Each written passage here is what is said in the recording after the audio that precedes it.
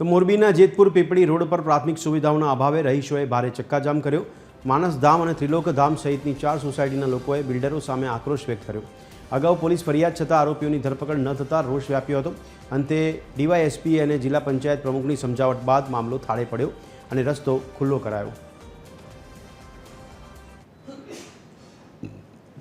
નીકળ્યું હે કે 15 લાખ રૂપિયા બધાને લઈ ગયા હે, કોઈને પુરાવો પાકો દીધો નથી, નથી દસ્તાવેજ દીધો, નથી કઈ કાગળિયા દીધા, નથી પાણીની સુવિધા, નથી ગટરની સુવિધા।